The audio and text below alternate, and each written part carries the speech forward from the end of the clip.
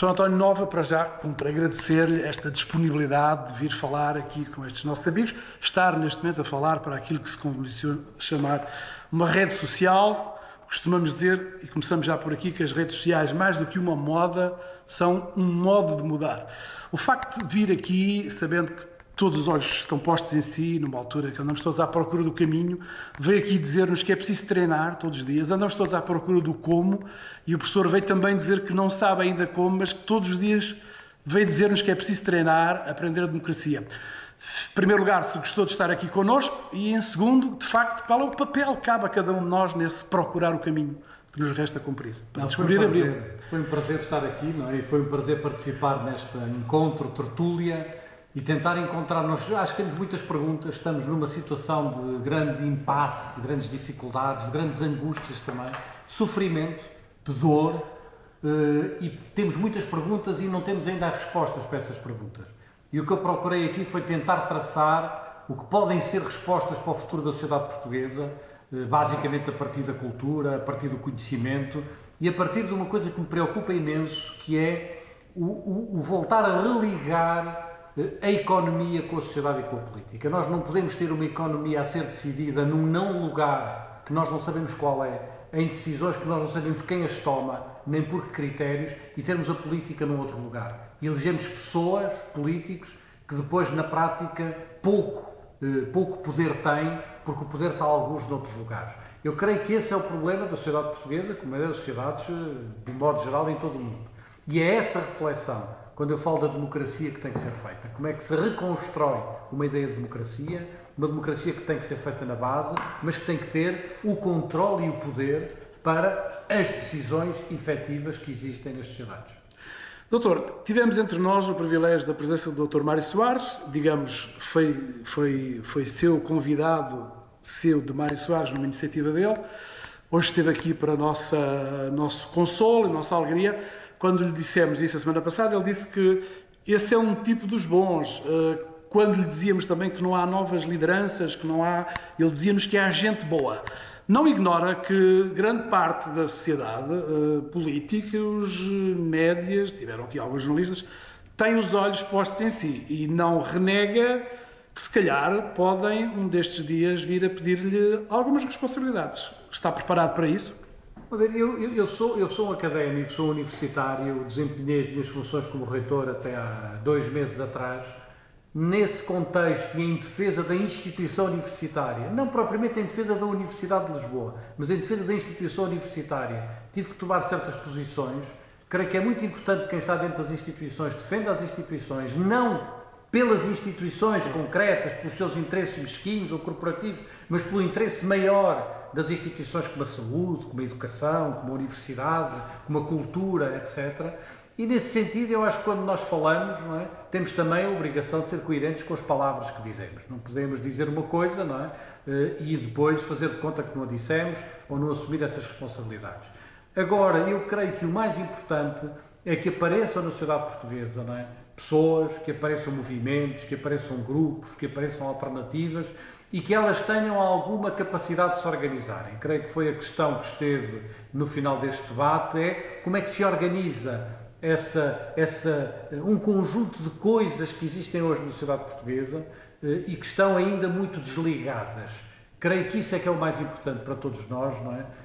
Creio que todos temos consciência que há 2 coisas horríveis na política e que estão a acontecer muito na Europa. Uma é o populismo, outra é a tecnocracia, não é? Nós não precisamos nem de gente populista à frente dos nossos países, nem de gente tecnocrata. Precisamos de pessoas que sejam capazes de assumir essa dimensão democrática, de presença, de participação e dar corpo aos anseios de um determinado grupo e de determinados movimentos. Doutor, mas onde eu quero chegar é que, de facto, a força da palavra, a palavra que convoca, a palavra que nos faz sair, e o doutor caracterizou isso muito bem, esta história de sabemos que não está bem, mas não conseguimos descortinar os caminhos, digamos. O facto da sua mensagem, e vimos como uma sala repleta aderiu ao seu discurso, passando para a realidade do cotidiano, os portugueses precisam de alguém que tenha esse discurso, que não lhes fale só de dívidas, mas que convoque o que há deles, o que há melhor deles. Sente que,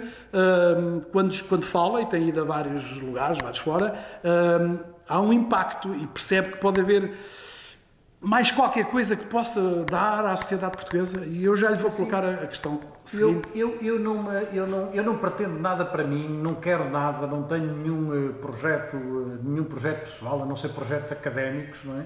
Mas também não me recusarei a participar em projetos, em grupos, em movimentos, em coisas que eu sinta que têm um sentido futuro para Portugal, não é?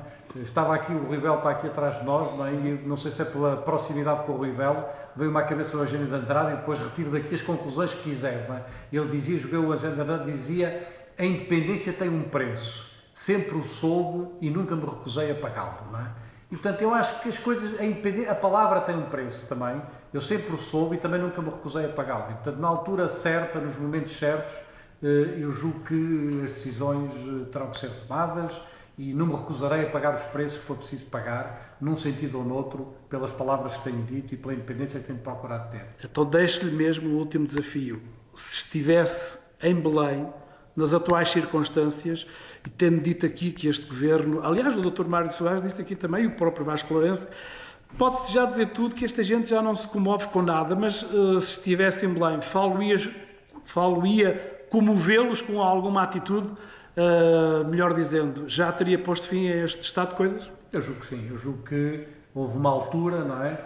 Houve uma altura que coincide, sobretudo com a demissão do Ministro Vítor Gaspar e, portanto, com o reconhecimento que uma determinada política de grande dor e de grande sofrimento para o povo português tinha chegado a um beco sem saída, e eu julgo que nessa altura se teria justificado, enfim, encontrar uma renovação da dimensão democrática e de ser necessário convocar eleições, novas eleições. Dar a voz ao povo. Dar a voz ao povo, isto é, reconhecer que havia que encontrar um outro caminho, mas que quando a principal pessoa que dá voz a uma determinada política reconhece que ela falhou, é um bocadinho estranho que se renove essa mesma política sem essa pessoa, mas continuando o mesmo caminho que ele reconheceu ser um caminho que não é um caminho, mas que era um beco sem saída. Disse numa entrevista recente, e termino aqui, que gostava muito do silêncio, mas veio hoje dizer aqui uma coisa muito importante: sair do silêncio para que o silêncio saia de nós. Acha que esta colaboração da ANIM e da Associação 25 de Abril podem ajudar a que o país fique menos silencioso, cada um de nós? Temos que... A ideia do ânimo é muito importante, não é? Do animar, não é? Enfim, o Zeca também... Faz falta animar a malta. Faz falta animar a malta, não é?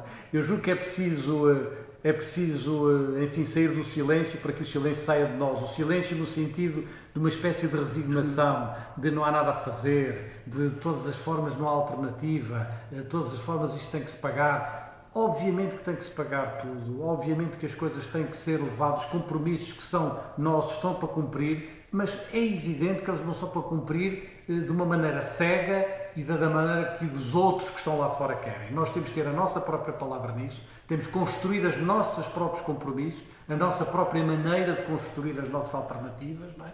E é isso que muitas vezes nos falta. Pela resignação não chegaremos a lado nenhum, não é? E portanto é preciso que o silêncio... enfim, que o silêncio acabe nesse sentido de uma espécie de uma resignação. Nós não concordamos, mas não há nada a fazer. Se não concordamos, tem que haver alguma coisa que possa ser feita. Muito obrigado, e marcamos encontro em torno de um pastel de Belém um destes dias. Muito obrigado. Muito obrigado.